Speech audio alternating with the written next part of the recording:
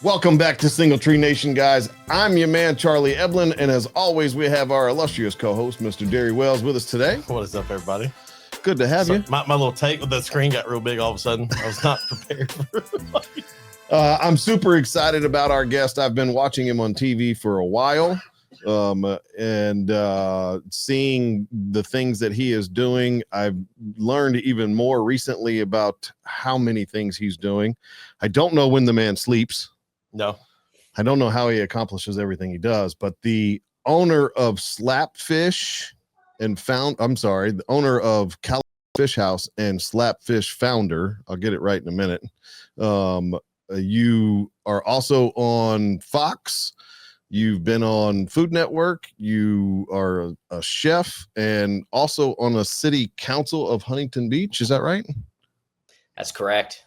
That is crazy. Welcome, Andrew. Thank you for hanging out with us for a little while today. I'm super excited to dive in and get to know more about your story and how all this happened and how you went from chef to restaurant owner to, because I think at one point in time you had grew a franchise to 40 plus units to now you're in politics and all the things. So if you want to take a second and introduce yourself to the world and tell everybody who you are and what you do on a day-to-day, and we can dive in. Awesome. Well, I appreciate that. So it's an honor to be here. I love your guys' show and just, the informal nature of having these conversations. I'll start with telling you why I'm in politics, because I'm sure you guys can agree to this. Chefs and restaurateurs, we know how to cut waste. And amen. Where's the nailed it? Nailed it. It's like government has gotten too big in so many areas. I was talking the other day and I was explaining to a group that if you look at every single issue that we debate about, right? I mean, some of the cultural stuff aside, although that even probably relates to it, every single main topic in our lives and political policy, social philosophy, all that can go through a certain lens in the restaurant industry and can be easily explained, right? So it's like you want to understand like labor costs, macroeconomics, supply, demand, restaurants, right? Food costing, regulations, labor regulations, unintended consequences of government policy, all in the restaurant. You want to understand psychology, schedule somebody, right? Like you want to understand the food system and the way in which food manufacturing works and how supply and demand works in regards to getting to the end user. Just pull up an order guide. Everything flows through the prism of a restaurant. Yes. Boy, you just knocked that answer out of the park. Well done. All right. Well, that's it, guys. All right, let's move on. That's incredible. So are you from California? No, I'm a Jersey boy. From Jersey. All right. So let's go back to, you're in Jersey. How did you end up in California? All right. So I'm in Jersey, and like every 14, 15-year-old, you need to get a job. I loved food. I loved everything about the restaurant, not hospitals, although hospitals can be cool. Hospitality. And I would so my dad worked in a business in which he traveled a lot, and we would travel with him a lot as a kid. I fell in love with hotels. I mean, it wasn't until I was like 16 that I learned that they made full-size shampoo bottles. That's how much we traveled. That's so great. I became obsessed with hospitality. So my first job was working in food restaurants. I worked for a caterer, and then I worked for a 5-diamond hotel at I think I was 15, 16, the Short Hills Hilton, 17 years old.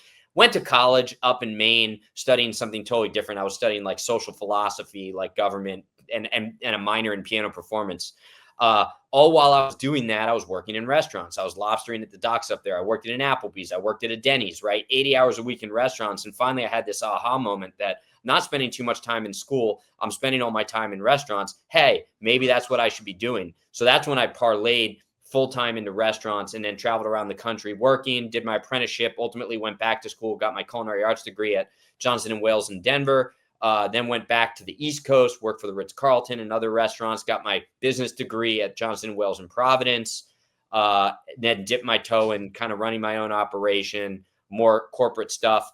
But when the economy tanked in 2008, restaurants were firing people left and right. Yeah. Our restaurant group that I was running, we downsized, and they basically didn't need a chef anymore. They had Chef Mike, let's get Cisco and microwave it.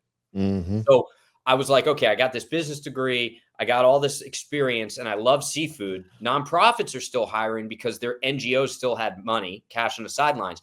there was a program at the Aquarium of the Pacific in Long Beach, California, where they were trying to bring a chef on with a marketing background and a love of the ocean to educate people on sustainable seafood, right? Like how we can eat more seafood, but eat more of the right types of seafood.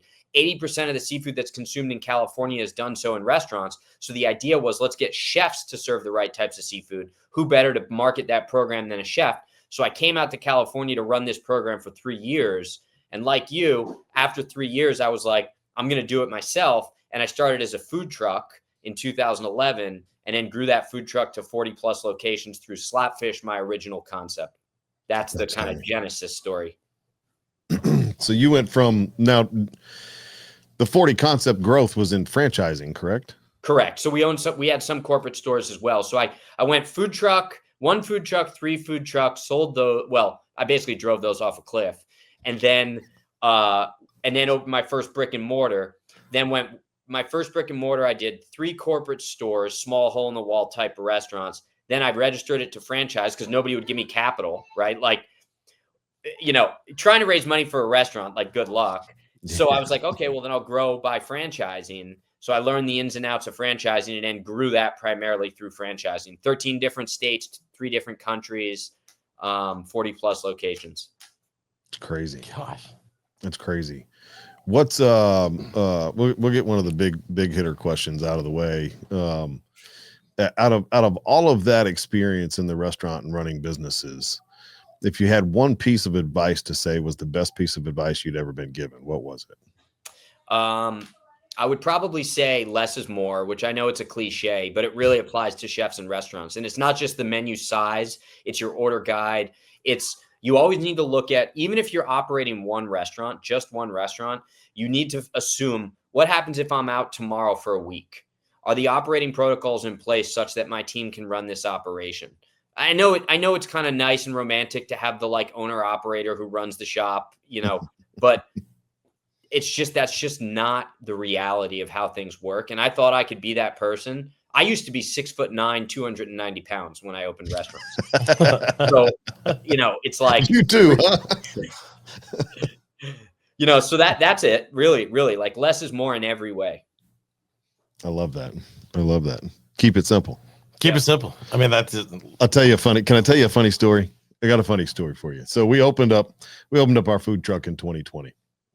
We get the truck. I'm going through all the permitting process here in the state of Tennessee. The gray water tank, and for those of you who don't know what a gray water tank is, the dirty water, right? So when you're washing your dishes, where the water goes in a big holding tank, has to be 10% or 20% bigger than your clean water tank. And included in your clean water tank is the hot water heater. Oh, geez. Mine wasn't within guidelines. So I lose my mind. We're a week away from opening, being on the road, no money coming in. We're just spending and spending and spending. We go through this whole process. I've called my business partner. I'm like, man, what are we going to do? Like, it's going to be thousands of dollars to change this gray water tank and get a bigger one. I've already priced them. Just the tank is $1,500. I don't even know who would install it. 4 days go by, stressing. That's why I'm gray now. Yeah. I used to be brown-headed like y'all. And I don't know if it was myself or my business partner, one looked at the other and said, well, why don't we just get a smaller hot water heater? There you go. Somebody was smart thinking. You can get an on-demand hot water heater and cut out all of those gallons right there. Because they don't have a hold. And we will be right there underneath it. Right? Just keep it simple. It's just that simple. Easy. No need to overdo it. So it's amazing advice, because I can tell you, I wish I would have known that 5 years ago. Andrew, you go from operating 40 plus units, and then you find yourself kind of almost backdooring your way into the political side of things, whether you are on the city council or your elements through Fox News. Was that an intended outcome? Was that just I had an opportunity, I ran with it? Or is that the final, like, is that another rung in the ladder, or where do you see that going? Or is that just part of your complete package as you grow the career that you have? Well, I think that as restaurateurs, we get to experience things that other people don't, right? We have 200 to 300 guests that come through every single day, like a focus group of all different walks of life, all political stripes, all different demands and issues going on in their lives. So we have a real ability to understand what the local community residents in so many different areas really want and the things that they struggle with. We understand the economics, right? It is the perfect case study when it comes to everything related to politics. So over the years, I've very easily been able to communicate and explain to people how politics works through the restaurant industry. And then suddenly they're like, oh yeah, that makes sense. That's an analogy that makes sense. Why are things so expensive? Well, think about it this way. When food comes into a restaurant and you go through the cliches of how you get from $1 to 5 cents, right? Oh, bingo, that makes sense, right? And I realized there's almost a purposeful obfuscation that goes on with politics. Like, it's so complicated, you common people can't understand it. And therefore we have to make the decisions for you, right? Like, okay, well, I'll vote for the guy that can understand it. And I like the suit he wears or the shirt he wears or what he says with his sound bites. But we need to, really shorten that delta, that disconnect between the common people, which is us, restaurateurs, retail owners, entrepreneurs, the everyday average 9-to-5er, and kind of the elite politicians. And as I started communicating to people how politics is working and how those decisions are having unintended consequence on the retail side, people had this aha moment. And I'm like, there you go. Like, we need to keep communicating more, because the more people get involved in their civic duty of being engaged in a lot of these issues, the more powerful we are as a people. So that was kind of, for me, the angle. Did I ever plan on that? No, not at all. COVID was obviously the catalyst to establish that, because what was getting shut down the most? Restaurants. And who was getting vilified the most? Restaurants and restaurateurs. Yeah. And then ultimately the workers. The workers were caught in the middle of this. So it was the perfect storm, an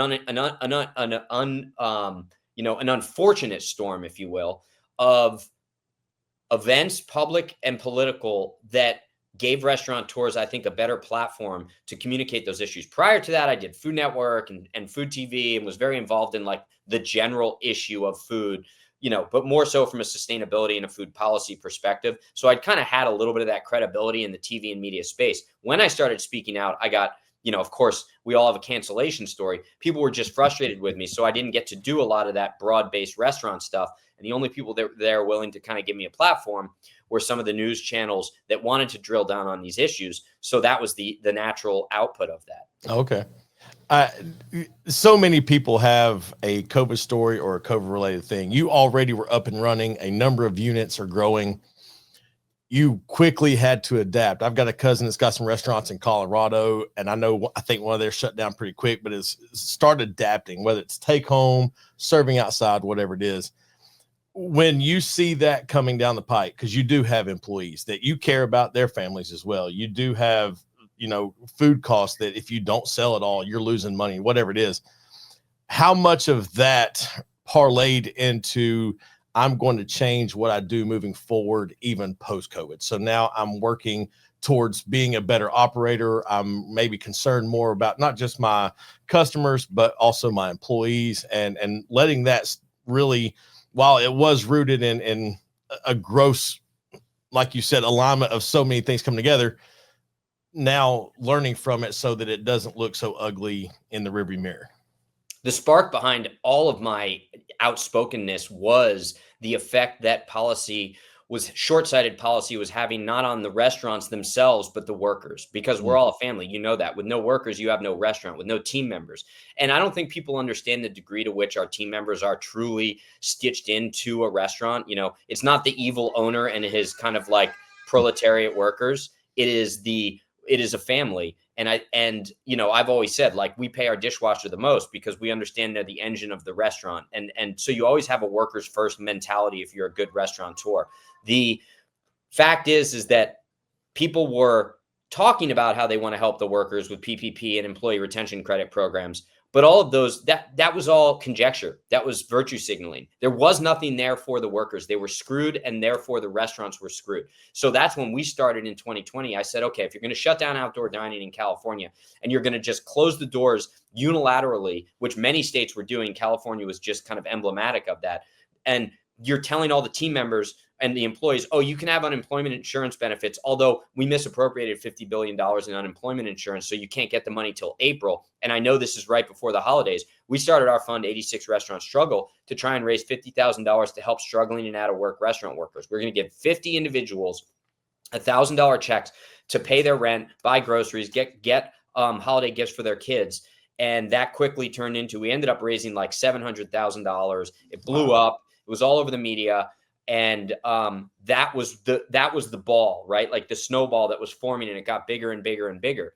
And before I knew it, I wasn't just speaking on this fund that we were running to try and help struggling and out-of-work restaurant workers, but I was speaking about the unintended consequences of, once again, that unilateral dictate that was coming down from the state against all industries, in addition to some of the outcropping of the labor law regulations that were changing coming out of 2020 into 2021. And then furthermore, the unintended consequence of a lot of the government spending in regards to unemployment and giving people money that were keeping them on the sidelines, and how that affected the overall kind of supply imbalance in regards to labor from 2020 to 2022. Then that subsequently became a conversation about the cost of goods, third-party delivery, the cost of third-party delivery, the regulations associated with third-party delivery. And then the list can go on and on and on and on. So that was it. That was where that formed. That was the spark. And then it blew up. Wow. I want to ask about California, because as people who don't live in California, there's been several states that are like, don't California my Texas, don't California my Tennessee, whatever. And I can't help but chuckle, because the number of people that are saying that are typically looking at California, the government. But then when you start meeting people from California, and I've been fortunate enough to meet some, and I even had some neighbors at one point who came here from California, meet guys like yourself. And they're always the question of, is it really as bad as what we think it is what I asked them. And they're like, no, it's just like there's the government tier and then there's the population. Yeah. Yeah. How much of that, like from a national perspective, when we're watching the talking heads, so to speak, of California versus the population of, you're just like, hey, let us be, because we're still just people, don't have that persona, versus how much the rest of America is like, yeah, but don't be San Francisco. Like, you know what I'm saying? Like, and so where does that play in as just a Californian? Well, I'll start by saying generally there is such a large rift or a divide between Sacramento, which is really the political class of California, and the average everyday citizen of California. Okay. Most of us roll our eyes too as residents, and we say, oh my gosh, here's more insanity coming down from Sacramento. I think that we've become immune or conditioned to some degree to the insanity. So we actually have almost thicker skin and an ability to just like roll with the punches or figure out how to circumvent the insanity. It's the problem of a supermajority in any state and any political party, right? Whether it's not a matter of which party it is. When you put that many people in power and they galvanize their power by virtue of a supermajority, right? They all agree with each other fundamentally. Sure. So then what they're doing is they're not fighting to get their issues across the line like you would in a state in which there's political gridlock or maybe a 50-50 divide. You're working on the issues. At that point, they have no work to do because they all agree with each other. So what they start to do in order to maintain their position and add insurance policies so that they can continue being political operatives is that they create more rules and rules about the rules because they need to look busy. So that's the joke in California. It's like, you guys have nothing to do, so you're creating rules upon rules upon rules. And then you're unwinding the rules you created to make it look like you were busy.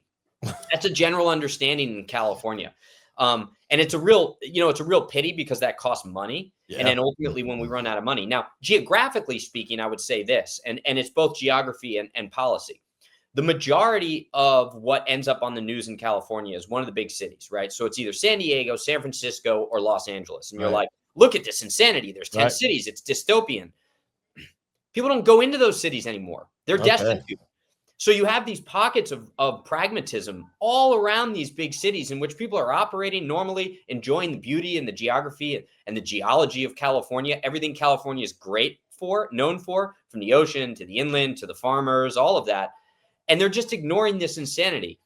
So the problem is that those cities, because of the density of people, they take a lion's share of the voting influence. And those people that are there are living paycheck to paycheck, and a lot of it on government handouts, which I'm not putting down those people, right? Like that's how they set the system up, Right. such that they're almost guaranteed to continue voting in the system that they hate. Right. And many of them don't know that. And it's unfortunate, right? Like there's kind of a blissful ignorance there that I think is starting to slowly change. You bring up a great point. California is so vast from north to south, from desert to the forest area up top, and there's plenty of just beautiful place in between. It's got great farmland. It's I think it's one of the biggest producers of avocado and oranges in, if not the nation, maybe the world. Yep, and tomatoes. I didn't think about that. Yeah, so when you've got those available to you, and you're thinking, look what I can do from a standpoint of the restaurant side. Do you still like, because yours is the fish house, so like you're obviously playing with what's coming out of there, how much that's rooted in what you do? It's like, I want this to be fresh. I want it to be what I have to offer. I want to be able to give my customers something that's unique enough, but still like home. That's all of it, right? So that's the only reason we opened another restaurant. After we sold our shares in Slapfish, I go, I'm never opening another restaurant again, right? 48 hours later, I'm signing a lease on a new spot. The addiction, guys, we could probably start a whole another addiction hotline just for restaurants. Oh, yes. The addiction to inflicting pain on yourself by way of a restaurant.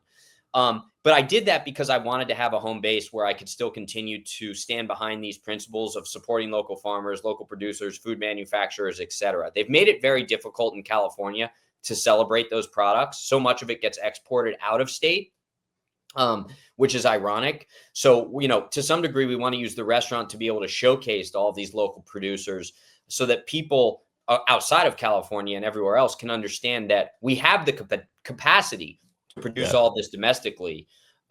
We just need to establish a more efficient system whereby we can get those products to domestic users to really fix this imbalance, whether it's seafood, whether it's meat, chicken, pork, produce, whatever, right? Because seafood is obviously the most explicit example of that, because 80% of the seafood we consume in the U.S. is imported. And yet we have the most sustainable fisheries of any country in the world. And our largest trade deficit behind oil and automobiles is seafood. So why aren't we consuming all of our seafood domestically from our own local fisheries? Those are wild numbers, man. Is the farm to table thing in California, is it not as big as it is in other places?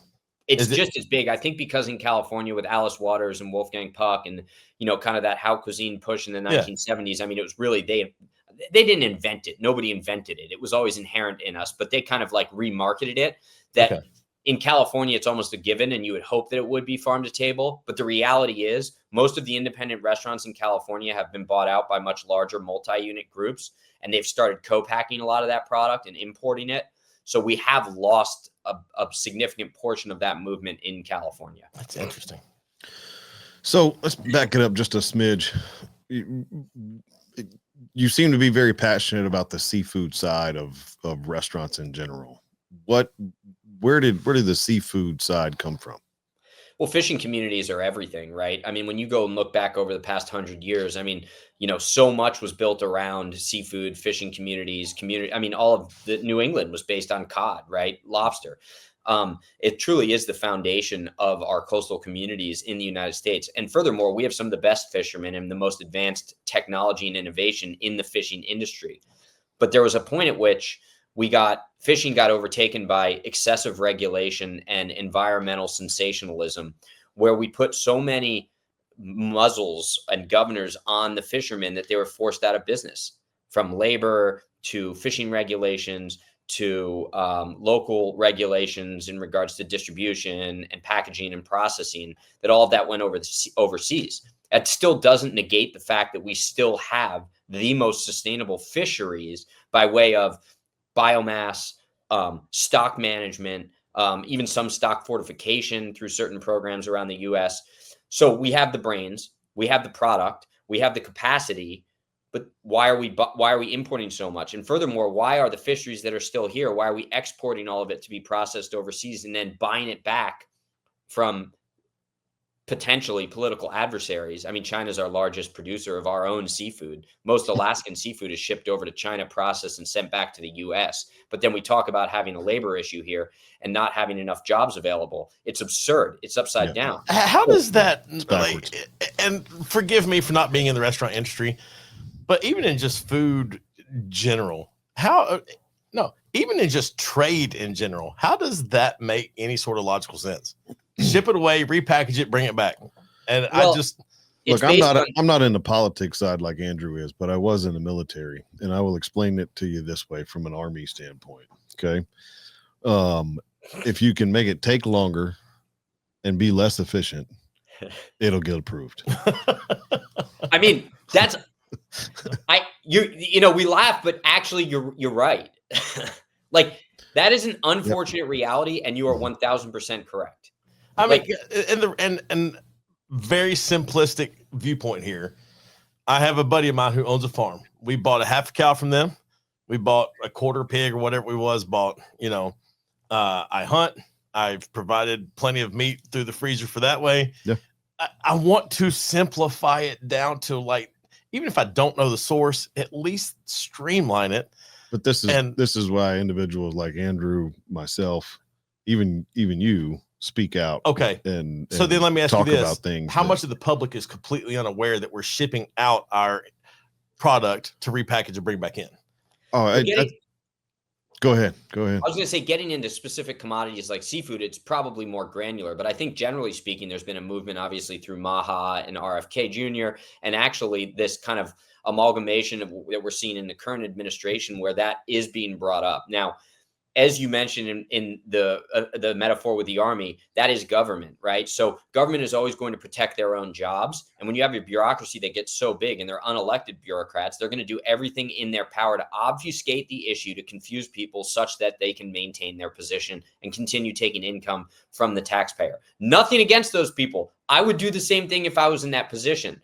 The long-term benefit of making this more efficient, even if certain people did lose their jobs or they were shifted and made lateral moves, is that our dollar would be more valuable and we would be able to enjoy the bounty of the fruits that we can produce here in the United States. But it takes a mind shift. And that's always step one. We're in step one right now. Step two is somebody with half a brain to actually put policy decisions together such that we can fix our distribution system and break down the consolidation that we see up at the top. And I'll give you an example. It is easier to buy international meat in the United States than it is to buy domestic meat. Yep. Let me explain why. All domestic meat needs to go through a USDA approved facility to be produced and sold to US customers. International meat just has to be imported and has to come from a country in which they have a similar facility, right? So if I'm importing Australian meat and we say, oh, well, we use the Australian version of USDA, great, sell it anywhere in the United States. If I've got lamb in Colorado and I want to send it to somebody in California, they say use a USDA facility. Well, guess what? There's only a couple facilities, and guess who gets to use them? The big guys, one of the three largest processors. So now, as the small, independent, U.S.-born lamb producer, I can't process and ship that product over state lines because I don't have space in the USDA facility, but the guy coming in from Australia can sell it anywhere he wants. That's amazing. Absolutely amazing. I've got some friends of mine who were going through that process a year or two ago. And I remember them saying that to get their facility, like it came down to like some extremely fine points of you're meeting this, you're not meeting that. And they finally just had to back off of it. And they're like, we'll just sell within the state lines, because to be able to do that. Now, the reason they were doing it, they were close to the Tennessee-Alabama border. They knew that there was some they wanted to try to, make use of that geographical area. And they finally had to back off of it because it just wasn't going to be worth their time, their investment, their money, because then nobody can afford to buy the beef that they're wanting to sell or the meat, because they had some other stuff going on too. But just that part, I don't think people understand how big it gets, because we're protecting our own. We're doing this, we're doing that. It comes in the nice little shiny wrapper. It's got a stamp on it. It must be legit. And then we realize, wait a minute, back up. So I'm glad that we got folks out there working on that, just because it is necessary. I think that the general, I don't want to use a cliche term, but awakening of people, just being aware, is helpful. And I think discussions like this, it doesn't have to always be political. I think political discussions turn people off. But when I realized that my meat costs more because it was shipped over, when I've literally got somebody that probably owns a cow 2 miles away from me, I could do something there to help that out. So, well, let's shift gears for just a second, Andrew. We have a segment on our show. It's called Mac or Beans. It's a this or that segment, right? So typically, especially here in the South, when you go to a barbecue joint, they always have mac and cheese. They always have some sort of barbecue bean or baked bean.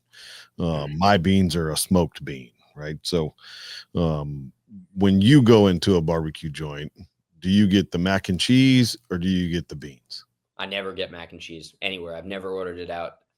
It's always beans. It's always beans. You've never ordered mac and cheese. That's good. I got to know why. Oh yeah. Well, because I know how it works, right? Like there's no proper way of doing mac and cheese in bulk without overcooking the noodles, unless you're doing it to order, and that's just not possible. And especially in a restaurant that's got really quick throughput, right? So like you're always going to have, and the places in which they do toss it to order, typically they're not using like. It's just not up to my standard. I want to crack into that mac and cheese. I want a perfect gratin. I don't want to slop and plop. So I'll always go with the beans. In addition to the fact that, to me, mac and cheese, I don't want to offend anybody. Please do. Mac and cheese can be like kind of boring, right? It's like cream sauce and cheese and macaroni noodles.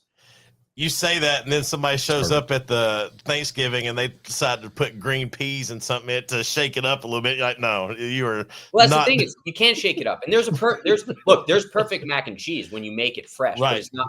To me, I don't know how mac and cheese turned into a slop and plop item, right? Like beans are great. They'll sit in a steam table all day long, or you can sit, and actually they get better over time. Right. Stew, braised beef, all that stuff. When did mac and cheese, something that keeps cooking and degrading, become a slop and plop item? I'll never understand. I love that. That was a strong answer. I love it. Yeah. So with that, I'm going to kind of dive into more on your side from your career standpoint and all the irons that you have in the fire.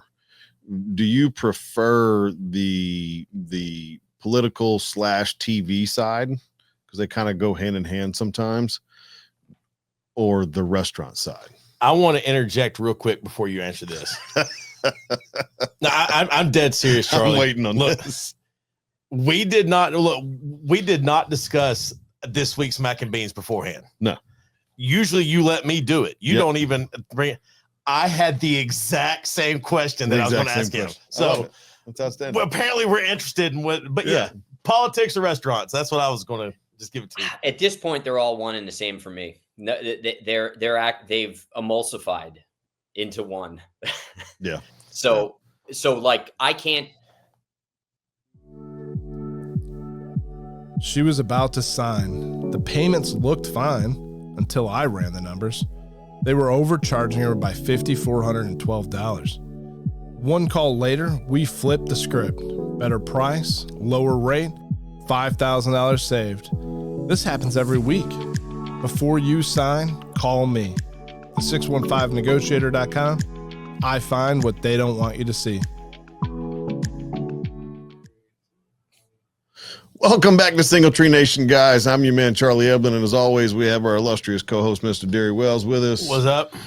You guys have been in for a treat. We have Andrew Gruel, who is the man, the myth, the legend of all things seafood. At least in Southern California. City Council. Yeah. Is that Southern California or Central California? Southern. Okay, that's what I thought. So my geography on the West Coast is not as strong as it is locally, but I was just trying to make sure. Well, you use a ruler for a living. What does that have count to to 16, divide by 2, right? All right. We can get the map quest out. Every week set it up. This. You set it up. Anyway. So last question on mac or beans. When we were talking about the politics or the restaurant, you like both of them kind of in the same.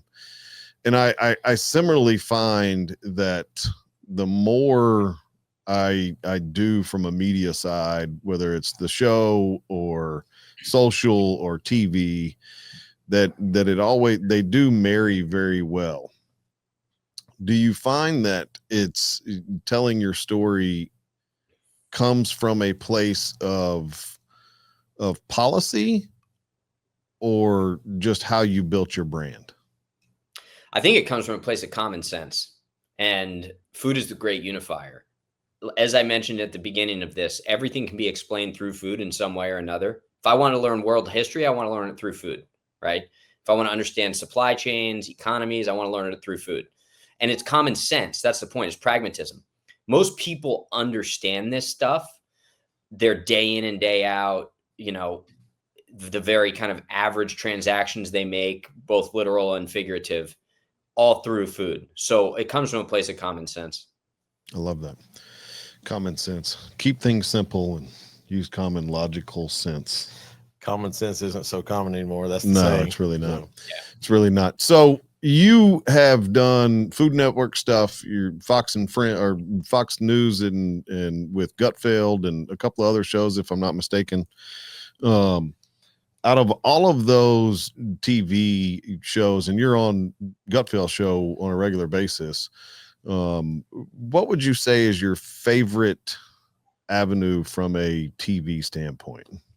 I just love the cooking stuff. So whenever I can actually be hands-on in the kitchen, engaging with personalities, like that's the most fun for me. Now I know that some of that kind of dump and stir content, people consider that old school. All the new food activations in the media space have to be some crazy competition, like Running Man, but with food. Remember Running Man with Schwarzenegger? Yes. So it's got to be like that with food. But that's what I enjoy the most. Although I also do love just sitting down and talking food with people, because that's the best way to break it down. That I could sit down right now with a mortal enemy, and I guarantee you we would find common ground through food if we were instructed to only talk about food. Yeah. Unless he likes mac and cheese. So yeah, that's a good thing. Or pineapple pizza or candy corn. I mean, there's a whole list of items. Candy corn, pineapple pizza, and candy corn. Candy corn, I'm sorry, I will step on all the toes, is the worst candy. It's awful as a holiday candy. And apparently, I didn't realize this. I'm in the minority about that, because apparently a lot of folks really like it. I don't like it. I think the only thing it has is a visual appeal if you actually stack it and see the corn cob. It's awful. That's just... Sorry, you brought it up, so that's how much I don't like candy corn. I didn't know you could stack it. You can stack it, and it creates the color wheel creates the corn cob. So, and that's the idea behind it. But what? It's just sugar. It's bad sugar. Like, how do you mess up sugar? Sugar and food color. Come on. And don't even get me started on circus peanuts. Oh. He's just like a hot button issue in the confection world. I love it. Yeah. All right. Now you got me going down a rabbit hole. Forgive me. What is your favorite hot button topic to either debate, discuss, have a conversation about, whatever it is? Because it seems like you have a few. Yeah. So two, I like myths about food. Right. I enjoy that. I love flipping the algorithm upside down, if you will, as to what people think is the right thing to do with food, right? Like meats, especially. There was this, and I start with meats, right? Like for years, everyone thought you would sear meat to lock in the juices, which is actually the complete opposite. So I love breaking myths down with food and testing them, doing it through trial and error. I love food science, trial and error, all that type of stuff. That's fun for me. If I had to, hot button issue in regards to food would just be generally speaking, restaurants. So everybody wants restaurants. Oh, I have this fun little Main Street restaurant, and everybody has this story about their favorite restaurant. And yet those same people won't spend a little extra money at a restaurant, right? They're the first one to complain and give you a one-star Yelp review, which leads me to believe nobody understands how a restaurant operates. So I like having those conversations to break down some of those misconceptions. I got a complaint today. So we were doing a $4.99 hamburger on Wednesdays. It's pretty cheap. That's great. I don't know how you make money on that. Just the bun? Okay. Yeah. Here's lettuce. So I had to raise my price to $6.99. Which is still... And I had a phone call. They called my personal cell phone today. to tell me that they were upset that I did not have the $5 hamburger any longer. So here's what your response should have been. I saw a social media reel today, and somebody was going off about McDonald's because there are certain geographical areas they are now charging $13.60 for the Big Mac. Tell them if they can't get their $6 burger that was fresh cooked in your restaurant versus a $13 Big Mac. Freshly ground prime brisket. It's amazing to me. For $6.99. Somebody's going to find a way to complain. With fries. With fries. Yeah. For $6.99, you get the fries too? $6.99. Yeah. Monday through Friday until 2:00. Get out of town. That's my lunch menu. Merry Christmas. I got a 1-star review because the girl's boyfriend broke up with her an hour before they had a date at our restaurant. So it's obviously your fault. That is outstanding. Right? Shame on you. That's probably a whole nother show. We could just read Yelp reviews. We need to do that one day. We do. I'm going to bring this up because we had Rodney Scott, Pitmaster Rodney Scott on, and we had him on last week, and we've shared a couple of social media reels. A guy came on today, goes, your Atlanta location is garbage. And I was just like, what? Like, had nothing to do with the restaurant. As a matter of fact, I think it was the Mac or Beans post. It was the clip that came out. Yeah. Dude was hot. And I was like, and I wanted to respond, and I started laughing so hard I couldn't let myself get worked up about it. But anyhow, Andrew, I'm going to switch gears. I can hear in the background, obviously, some little voices, the patter of feet, something. And so I'm going to draw a conclusion that you're a dad. With the things that go on in today's world, you could take the last week and just do whatever you want with that. But as a restaurateur, as someone who has some very well-formed opinions, as someone who lives in a part of the country that gets a little bit more heat compared to the rest of it, when it comes to being a dad, what part of that says the rest of that can take the back seat? Well, all of it. That takes the front seat. Family is first, always. And that's not just a saying or jargon in our house. It truly does. My kids come travel with me. They're in the restaurant every single day. Once again, part of the reason I wanted to get into the restaurant industry, even though I didn't have kids at the time, was because I wanted to have the freedom to at least set my own schedule in the event that I needed to go to a football game, a soccer game, just help them with their homework. And you can do that in the restaurant industry if you're an owner. You pay for it on the other side, but still, I'll go work at 3 a.m. to make up for the fact that I could be at a soccer game from 4 to 7. So for us, that really is the foundation. My wife's a chef. She went to culinary school. She runs the businesses with me. We've got three boys, 1 girl. We've got 4 kids, food, faith, family, freedom. That's our mantra. And that drives everything. I've got the reverse of that. I've got 3 girls and a son, and my son's 21. And there are just some days when I commend you for having 3 boys, because 3 girls is a whole. Everybody should be able to be a girl dad in one experience. And you at least having one, you know what I'm talking about. I don't know how old she is, but it changes what you do. And whatever you're getting beefed up to say here, I'm gonna let you know, girl dad will soften the hearts of the strongest man, but they will make you the most dangerous man if you need to be. See, you were misunderstanding the posture. I saw you getting worked. It was the inhale of bless your hearts. Okay. There you go. Okay. So I have 3 boys, 19, 14, and 12. And the only thing I have to do is figure out how to get bigger and stronger and faster every day. Right. Because they get bigger, stronger, and faster every day. And I will tell you, I am learning. I've been in the restaurant business for 33 years.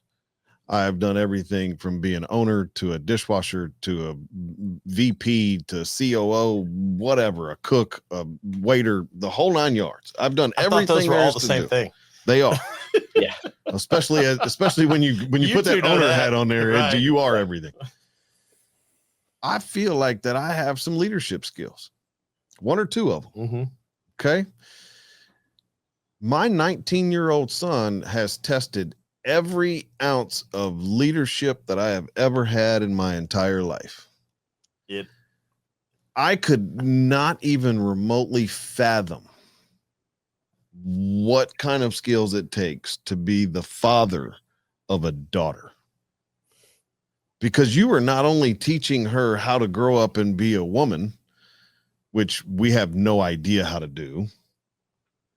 You're also teaching her what kind of man she should be with when she gets grown and married. And I will tell you, I don't want that kind of responsibility. Use the second one and it'll cover the first one.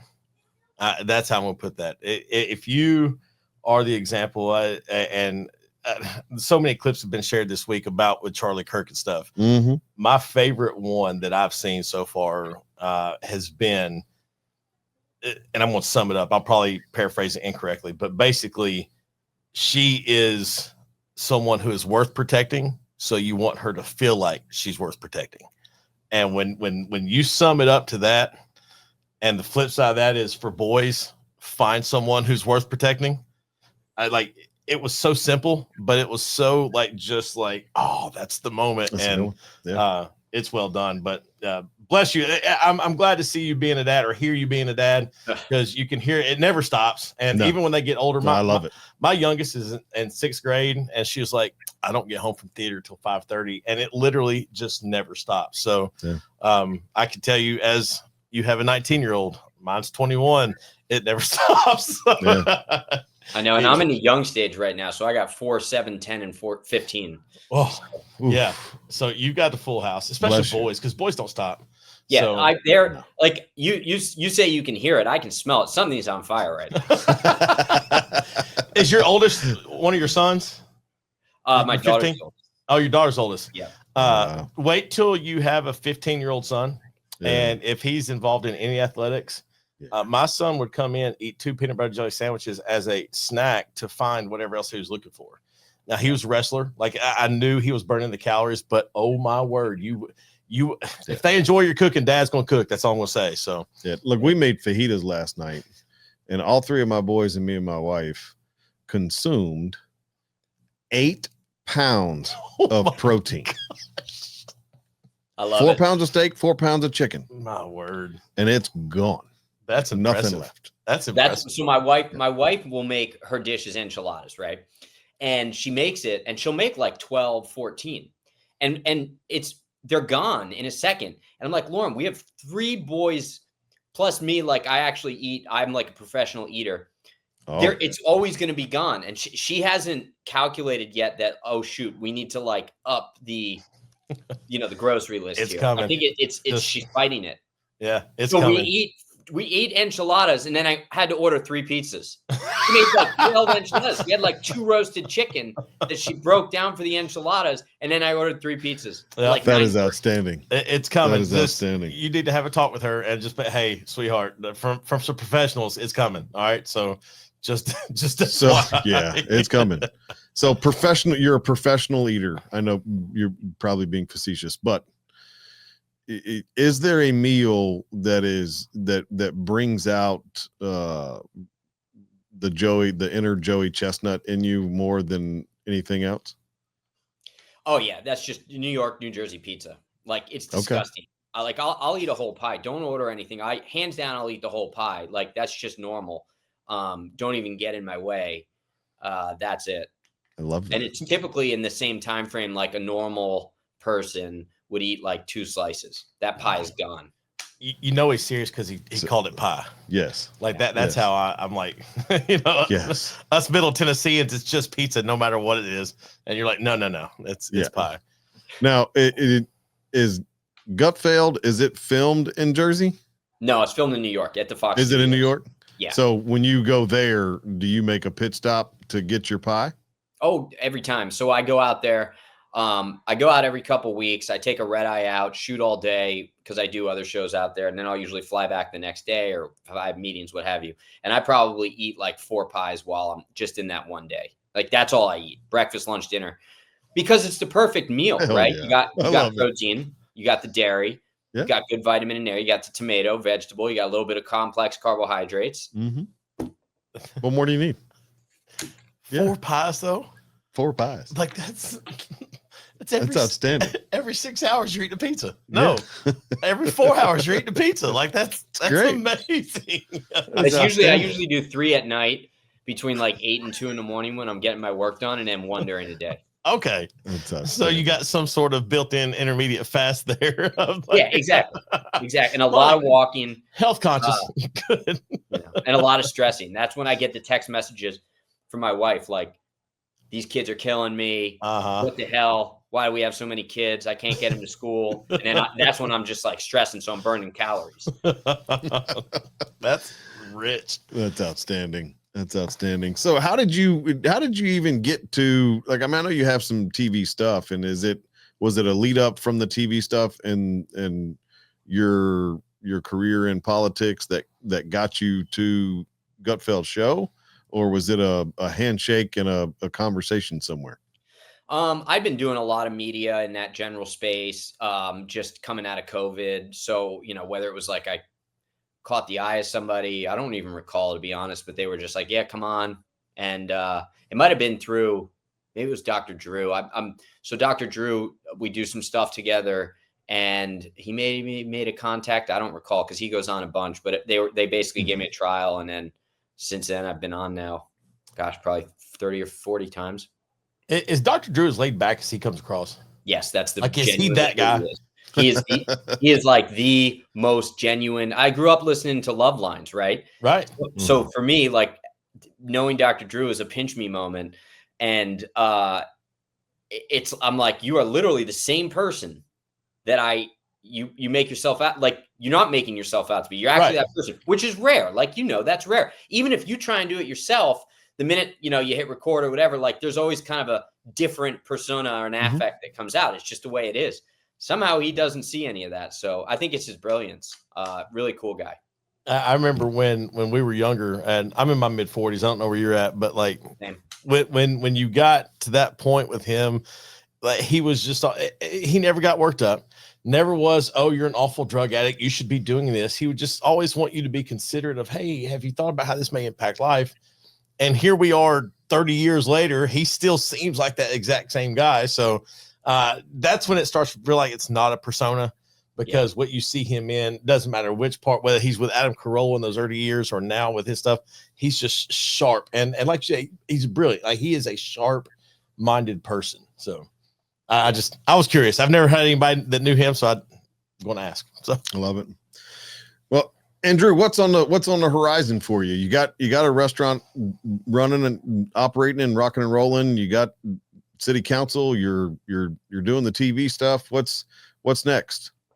I mean, I would like to scale out Calico a little bit, just because I think it's a great concept and we have a pretty good operating, platform. So if we can get a couple of those open with either co-partners or what have you, I think that would be good. I'd like to continue telling the stories of, like, local farmers and producers around the United States, either through media or just social. So being able to travel and do so, speaking, for me, it's about trying to figure out a way in which we can help get people to connect more with food. And so that's really the background behind kind of everything I'm doing, even city council, because I think government can be an impotent, it can get in the way. And so if I need to step in and help remove some of those barriers, I'll do so. So that's how it all kind of flows together. We've got my wife and I have a show, American Gravy, that we are going to be launching on iHeartMedia. And then we also have a video versions of, like, cooking. So there's that, I'm kind of just naming things now. I love it. I will tell you that I was perusing through your social media the other day, and you made it a steak butter the other day that I'm probably going to make later. Awesome. Because it was. Wait, is that delicious. hang on. Is that the same video where he said you do not leave your butter out? Is that? Yeah. Do you not leave your butter out? No, I do. It's just so hot here right now that it melts on the counter. Fair. Because I was going to say, we keep a container with it. It's its own special butter container. So what I meant, and I think I probably didn't communicate clearly. A lot of people don't. So I was saying, in the event you don't, this is how you can soften it quickly. Okay. And then I think I anecdotally mentioned that we aren't right now because it's so hot. Fair enough, because there's a lot of people in the South who are going to get upset if you're not leaving your butter out. No matter what I do or post food, what's funny?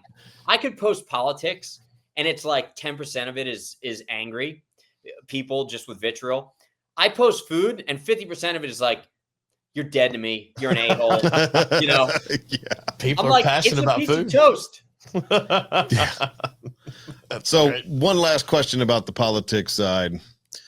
And you mentioned it, and you've talked about it before, and I think you talked about it through another podcast. But when you started becoming more vocal and standing on your beliefs and being outspoken, how did you get past the backlash from the general public? And I'll be honest with you, the reason I ask is selfish reasons. We had some things happen to us about a year ago that I was pretty outspoken about, and there was a lot of backlash, and I didn't back down. But I could definitely see some negative results from me standing up for what I believed in. So, how did you get past that and continue to drive forward and then thrive? I will tell you universally that if you stand up for what you believe in, you will always benefit in the long run. So our business, we had a hit, but then it doubled, it tripled, because people find you if you believe in something, and people with principles will only spend their money there. We live in a parallel economy. Now, you don't want to alienate one side, but so long as you're reasonable about your position, people who are pragmatic will still continue to shop with you so long as you're reasonable. If you're offensive, that, I can't help you. You're not an offensive person, so it doesn't apply to you. The end of the story is that, like, when you give in and you backtrack because of the mob, you lose both sides. So what people always do is they say something, they believe in their faith, they believe in their principles. Not necessarily, it doesn't have to be religious faith, just faith in what you believe in. Mm-hmm. Then people love that. And then when they see you back down, then they boycott you, and the original people boycott you. So it's like, if you're going to do it, which I think everybody should, because I don't think we should be afraid of speaking about what we believe in, then understand you actually have a much deeper reach than you otherwise would have. So you need to lean into that. That's what I say. Love it. I love it. If people are trying to find you, follow you, want to come to the restaurant, how can they do that? Go to www.americangravy.com. It's got everything listed on there. All my social following, all of our videos. It's all right there. A little bibliotech. I love it. Dub. Yeah. You got a new one today, don't you? You learn something new every day. Yeah. Every day.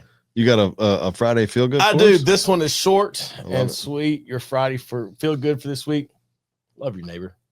Don't get too worked up about what's going on in the world. Just love your neighbor. If you got questions, turn off the news. Talk to your neighbor. Just love your neighbor. You know what to do? Find somebody you know. Tell them you love them. Somewhere along the way, Andrew, we have lost track of being able to have conversations, disagreements, and to agree to disagree, come to a conclusion, figure out how we can move forward. Mm-hmm. But Derry is 100% right. Love your neighbor and have those conversations and figure out how you can come to a resolution. But look, man, I appreciate you coming to hang out with us today. It's been fun. It's been real. It's been real fun. And if you are ever in the Nashville area, please let me know. I have a food challenge for you, and would love to for sure. serve you the Dirty Dozen challenge at the old Single Tree. So, awesome. But look, we appreciate it. Thank you for coming to hang out. Guys, you know what to do. If you want to get involved with the show, please feel free to reach out to me at 615-307-0120. You can email me at charlie@singletreebbq.com. And look, until next time, guys, we'll see you then. Y'all be good. Thank you, Andrew. Thank you so much for having me. I appreciate it.